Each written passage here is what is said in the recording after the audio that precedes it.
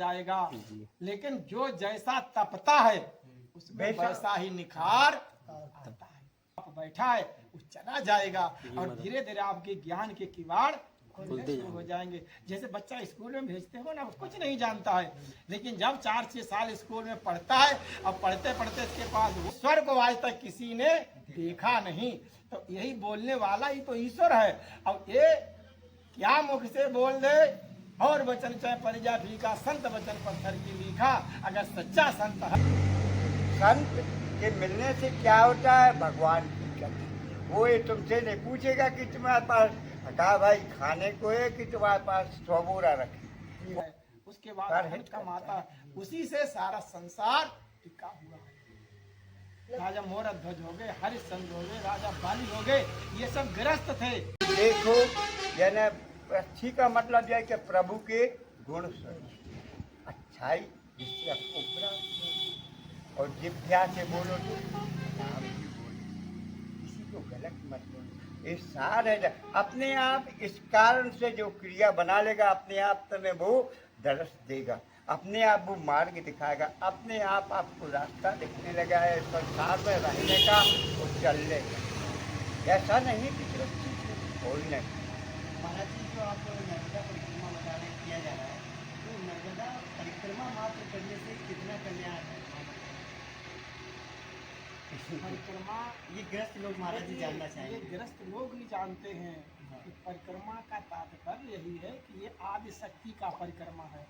कि जो आपके अंदर अवगुण हैं, जब तक आप इनका परिक्रमा करेंगे तब तक वो सारे अवगुण निकल के आपको ज्ञान का मार्ग मिल जाएगा। और जब तक आपके पास ज्ञान नहीं है तब तक आप आगे का कोई भी विकास हो नहीं सकता। विकास नहीं बगैर है, प्रभु की इच्छा से ज्ञान हो नहीं सकता। ये गृहस्थ संसार में सबसे बड़ा आश्रम है, लेकिन गृहस्थ आश्रम बड़ा है, भ्रष्ट आश्रम है। भगवान ने कहा है कि हमको मत भज, जो हमने नियम बना दिए हैं मेरे नियमों का पालन करो, हम तुम्हारे साथ हैं। भगवान ने नियम बनाए हैं दया, शील, परोपकार, क्षमा, उदारता।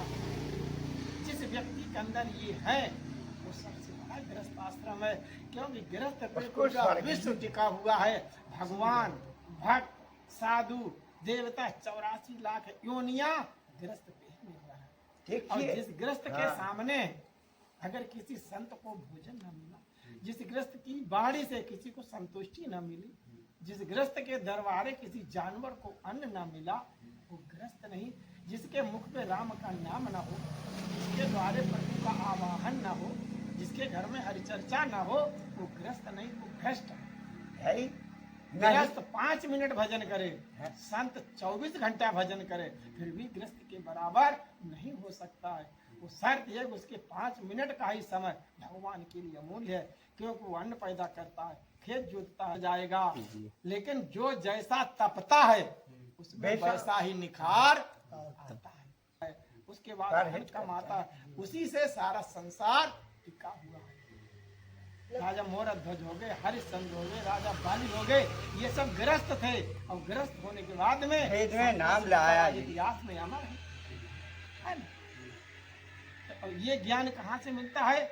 जब आप परिक्रमा करेंगे, जगह जगह संतों के पास बैठेंगे, जगह जगह संतों की वाणी सुनेंगे, धीरे धीरे आपका जो कलयुग रूपी पाप बैठा है वो चला जाएगा और धीरे धीरे आपके ज्ञान के किवाड़ खुलने शुरू हो जाएंगे। जैसे बच्चा स्कूल में भेजते हो ना, वो कुछ नहीं जानता है, लेकिन जब 4-6 साल स्कूल में पढ़ता है और पढ़ते पढ़ते इसके पास वो ज्ञान सर्टिफिकेट हो जाता है कि डीएम एसएसटी प्रधानमंत्री बन जाता है। ऐसे ही गृहस्थ जैसे माता की परिक्रमा में निकला और जगह जगह संतों के दर्शन करके, जगह जगह संतों की वाणी सुन के, जगह जगह तीर्थ स्थानों में जल पी के स्नान करके वो जितनी उसके पास है वो सब दूर हो जाती है और नया उसका जीवन हो जाता है, उसके ज्ञान का नेत्र खुल जाता है, पता लग जाता है संसार का नया जीवन बन जाता है। ये परिक्रमा का मतलब है, ये माता का मतलब है कि जितना परिश्रम करोगे उसका वही फल है। आप इतना जो मेहनत कर रहे हैं और जो लास्ट में जब आप कष्ट उठा के पहुंचेंगे, जिसमें जितना भूखे प्यासे धूप में तज के जितना परिश्रम करेंगे उतना ही आपको। परिक्रमा में कोई पैदल जाता है, कोई मोटरसाइकिल से जाएगा, कोई हेलीकॉप्टर से जाएगा, लेकिन जो जैसा तपता है उसमें बेशक। वैसा ही निखार आता है। 4 बीघा खेत है, एक चारों लोगों का है, लेकिन उसमें जो जैसी अपनी मेहनत करता है बेशक, उसकी बेशक। फसल वैसी होती है। यही है बेटा परिक्रमा का मतलब, कि जब तक आप बिन सत्संग विवेकन होई और राम कृपा बिन एक घड़ी आधी मैं पुनियाद और साधु संगत प्रेम की हरे कोटे बरात। और संत घरों में नहीं मिलेंगे, गांव में नहीं मिलेंगे। जब आप तीर्थ करने निकलेंगे तो संत अचानक आपको मिलेंगे। जब आप दिन भर चलेंगे आपके पैर सूज जाएंगे, आपको मेहनत पड़ेगी, आह प्रभु की याद आएगी, तब वो प्रभु किसी न किसी संत के रूप में आपको मिल जाएगा और सांत्वना देगा। हे बच्चा चिंता मत करना, ये तेरा परिश्रम ही तुझको तेरे परिवार को तार देगा, तेरी 7 पीढ़ियां तार देगा। तो अपने आप आपके अंदर वो ज्ञान पैदा हो जाएगा कि आप फिर भागना शुरू कर देंगे। यही भक्ति है, यही ज्ञान है, यही परिक्रमा का मतलब है। देखिए 4 सार बताए अपने जीवन के संसार। रतन बताया है तुलसी या संसार में 4 रतन हैं सार। संत मिलन और हरि भजन। संत के मिलने से क्या होती, वे नहीं पूछते कि तुम्हारे पास खाने को है कि तुम्हारे पास 1 करोड़ रखे, वे भगवान की कथा सुनाते। यानी पहले भगवान का कथा सुनाएंगे तो आपके जो हृदय के दुख हैं वे दूर हो जाएंगे और काम क्रोध है जो लुप्त हो जाएगा, वो फिर तुम्हें उसका निर्मल मल बनेगा। संत मिलन और हरि भजन दया दीन उपकार, यानी आपके भीतर वो शांति धारण का शब्द सुनाए, आपके हृदय में शांति मिले। दुखित